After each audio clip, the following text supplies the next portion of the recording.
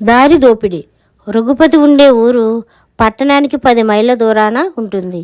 అతని ఇంట ఏదో శుభకార్యం జరగబోతున్నది. దానికోసం అతని స్నేహితుడు శ్రీకంఠుడు చీకటిపడి గుర్రపు బండి కట్టించుకొని రఘుపతి ఉండే ఊరికి బయలుదేరాడు. పట్టణానికి రఘుపతి ఉండే ఊరికి మధ్య చిట్టడి ఉన్నది. ఈ అడవిలో కొంతకాలం క్రితం రఘుపతిని దొంగ దోచాడు. అది ఎలా జరిగినది రఘుపతి శ్రీకంఠుడికి లోగడ చెప్పాడు. రఘుపతి ఏదో పని మీద పట్నం వచ్చి త్వరగా తమలక చీకటి పడి తన ఊరికి బయలుదేరుతూ గుర్రపు బండి మాట్లాడుకున్నాడుట. బండి చిట్టడవిలో చాలా దూరం వెళ్ళి ఒక మలుపు తిరిగేసరికి దారికి అడ్డంగా ఒక చెట్టు కొమ్మ పడి ఉన్నది. బండి ఆగిపోయింది.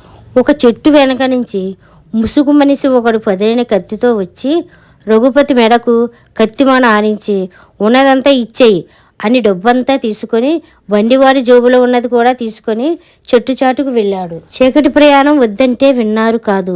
నా కూతురి పెళ్లికి కూడబెట్టిన 500 దొంగ కాజేశాడు అని బండివాడు లబలబలాడాడు. రఘుపతి తన ఊరు చేరినాక బండివాడికి 500 ఇచ్చేసి ఆ రాత్రి వాడిని తన ఇంటనే ఉంచుకొని మర్నాడు పంపేశాడు.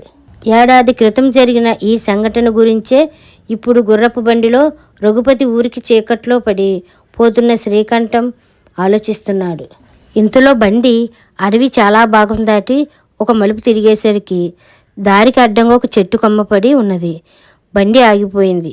ఒక చెట్టు చాటు నుంచి ముసుగు మనిషి కత్తితో వచ్చి శ్రీకంఠుడి కంఠానికి కత్తి ఆనించి అతని దగ్గర ఉన్నదంతా ఉడ్చేసి బండివాడి జోబులో ఉన్నది కూడా తీసుకొని పోతూ శ్రీకంఠుడితో నీ దగ్గర ఉన్న ఆ మూట ఏమిటి అని అడిగాడు. చక్కెర పొంగలి పిల్లల కోసం తీసుకువెళ్తున్నాను అన్నాడు శ్రీకంఠుడు. ఆకలి మండిపోతున్నది, చక్కెర పొంగలి పెద్దలు కూడా తినవచ్చు అంటూ దొంగ మూటతో సహా పారిపోయాడు. దొంగ వెళ్ళగానే బండివాడు నా కూతురి పెళ్లి కోసం పోగు చేసుకున్న 500 దొంగ కాజేశాడు అని లబలబలాడాడు. రఘుపతి అనుభవమే మళ్ళీ జరుగుతున్నది. బండివాడు కూడా తోడు దొంగేనన్నమాట. బండివాడు చెట్టుకొమ్మ దారికి అడ్డం తొలగించి బండిని ముందుకు నడిపించబోతుండగా శ్రీకంఠుడు కొంచెం ఆగు అన్నాడు. ఇంకా ఎందుకు, మరో దొంగ రావటానికా అని బండివాడు అడిగాడు.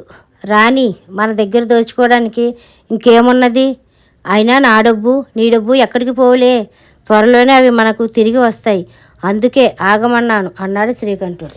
అది ఎలా సాధ్యం అని బండివాడు అడిగాడు. శ్రీకంఠుడు విరగబడి నవ్వి ఆ చక్కెర పొంగలి పిల్లల కోసం తీసుకుపోతున్నది కాదు, ఎలకల కోసం తీసుకుపోతున్నది. నా స్నేహితుడి ఇంటి నిండా ఎలకలేనట. పట్నంలో మంచి ఘాటైన మందు తెమ్మన్నాడు. దొంగ దాన్ని తిని త్వరలోనే చేస్తాడు. మనం వెళ్ళి మన డబ్బు తెచ్చుకోవచ్చు అన్నాడు. ఈ మాట విని బండివాడు తెల్లబోయి గజగజ వణుకుతూ రంగా పొంగలి తినకురా అని గట్టిగా అరుస్తూ బండి మీద నుంచి కిందకి దూకాడు. శ్రీకంఠుడు చొప్పున వాడి పీక పట్టుకొని దొంగ పీనుగా దారి దోపిడీలో నీకు కూడా భాగం ఉన్నదా అన్నాడు. బుద్ధి గడ్డి తిని ఇలా మొదలు పెట్టాం, నన్ను వదలండి, నా కొడుకు పొంగల్ తిని చేస్తాడేమో అన్నాడు బండివాడు ఆందోళనతో. ఇద్దరూ సమీపంలో ఉన్న పాకను చేరుకున్నారు. బండివాడు తొందరగా తలుపు తీసుకుని లోపలికి ప్రవేశించాడు. వాడి వెనుకనే శ్రీకంఠుడు కూడా లోపలికి వెళ్ళాడు.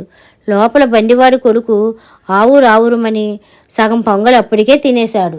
అందులో ఎలకల మందు ఉన్నదిరా నాయనా, తినేసావా అన్నాడు బండివాడు ఏడుపు గొంతుతో. ఏడిస్తే విషం విరగదు, నా మిత్రుడి ఇంటికి పద, వైద్యుడి చేత విరుగుడు చేయిస్తాం అన్నాడు శ్రీకంఠుడు. సంగతి తెలియగానే రంగడికి నీరసము చెమటలు ప్రారంభమయ్యాయి. కడుపులో తిప్పడం ఆరంభమైంది. ముగ్గురు బండిలో రఘుపతి ఇంటికి చేరారు. శ్రీకంఠుడు తండ్రి కొడుకులను వీధి గదిలో కూర్చోబెట్టి ఇక్కడే ఉండండి, వైద్యుడికి కబురు పెడుతున్నాం అని లోపలికి వెళ్ళి రఘుపతికి జరిగినదంతా చెప్పాడు. వైద్యుడి కోసం ఎదురు చూస్తున్న తండ్రి కొడుకుల కోసం రక్షక భటులు వచ్చి వాళ్ళను పట్టుకుపోయారు. వెళ్ళేటప్పుడు శ్రీకంఠుడు వాళ్లతో పొంగలిలో ఏ విషయమూ లేదు, కానీ మీ రోగానికి చికిత్స చేసే వైద్యులు వీళ్ళే అన్నాడు.